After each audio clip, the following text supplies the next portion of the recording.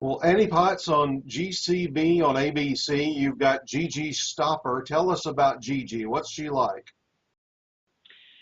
She's the hostess with the mostest. She's the belle of the ball. She's Auntie Mame. She's uh, she's really fun to spend time with, even for me. Is it true that Gigi's based on the late Dixie Carter? Can you go to hell for hating someone? I really, really hope not. Really. Well, not from Bobby's point of view, Bobby Harling, our creator, but to me, because I knew her so well, this is very much in character for her. I mean, she sort of was the hostess with the mostest, with a gorgeous home that everybody wanted to go to. She threw fabulous parties, and she had that kind of ebullience that I've tried to capture and use for Gigi. And I mean, Dixie was also, a conservative, very Christian, never missed church, and loved a glass of champagne. So it was, I've been around these people all my life. Dixie for me was the closest one to Nab, plus my own mother, who loved a cocktail too, and was darling and opinionated and judgy like Gigi is. So I had a lot of people to pull from, very close at my hand. Of course, Bobby Harling knew my mother. So a lot of the shotgun stuff and all of that, that's actually, my mother did that. Well, I was looking over your career to get ready for this chat, and one thing stood out to me, and I think it holds true here on your new show as well. You always seem to line yourself up with such great ensembles. Was that part of the appeal of this show for you, to take it? Always. I love that. I've worked in television long enough. I mean, you need an ensemble, because it's for one person to carry a show. It's just, it will kill you. You can't. When I did Dangerous Minds, the TV show based on that film, I was in every frame of that. And I had a newborn baby and a 3-year-old and a teenager. And I actually thought I might die. So just from a practical standpoint, I love to see an ensemble. And I have been so fortunate in falling into these ensembles of amazingly talented people. So there's balance and within the ensemble.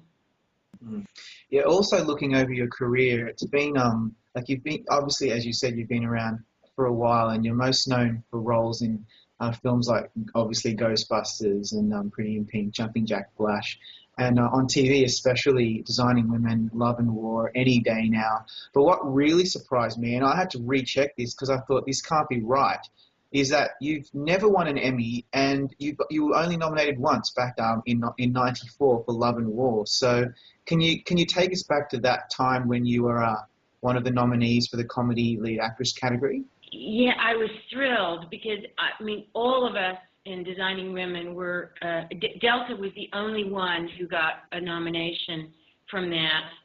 And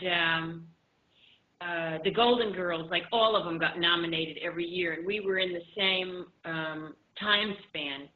And I don't know why we were overlooked, because I think that we ought not to have been, and I'm not just talking about myself.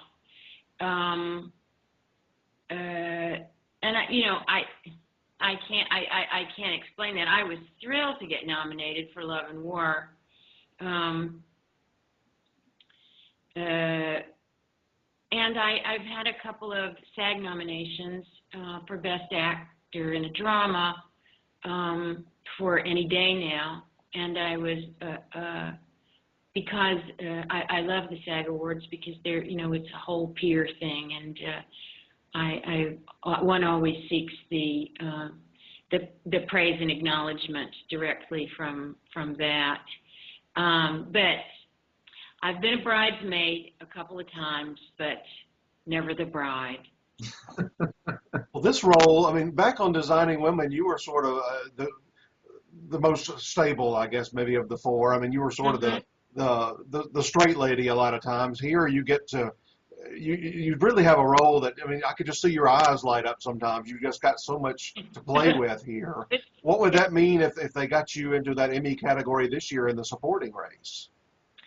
Well, gosh, that's sure on my bucket list.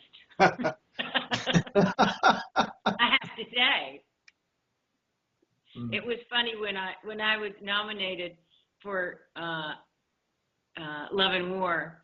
It was when they were doing it at the old Pasadena Civic, and was that true? Yeah, and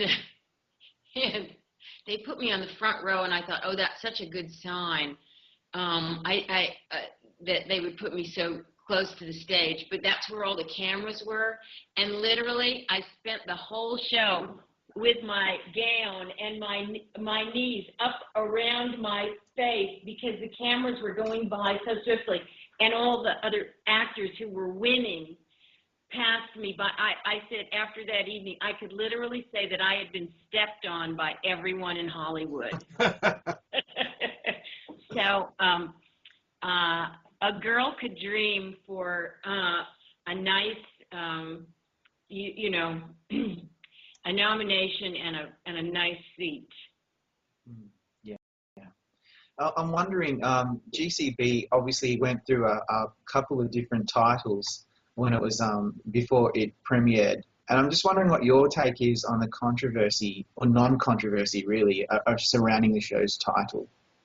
Well, I think controversy always helps a show, especially in the initial phases. So I think that it drummed up some,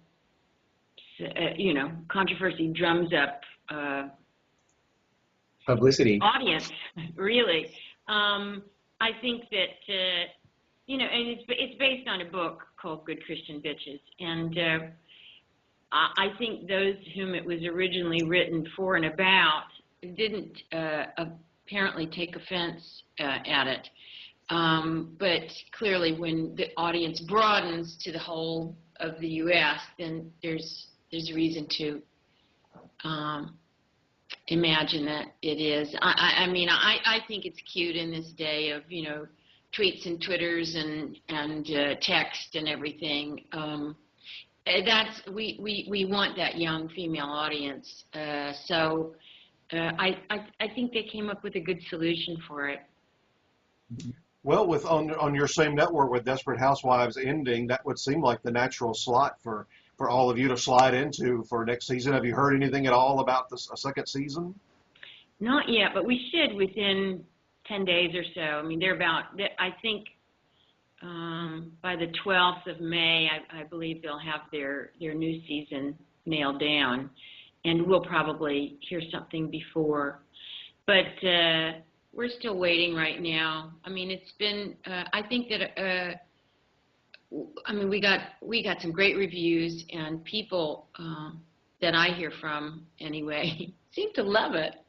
And I think I hear and feel a groundswell of support for it. People go, I watched it and I thought, well, this isn't really going to be for me, and now I love it and I can't stop watching it. But I think like Desperate Housewives, I think it could be addictive television. That's what you want in a TV show. Yeah. Well, Annie, thank you so much for your time today. We wish you all the best and fingers crossed for season 2 and for the upcoming Emmys. Thank you. Thanks for having me on this 21st century techno thing.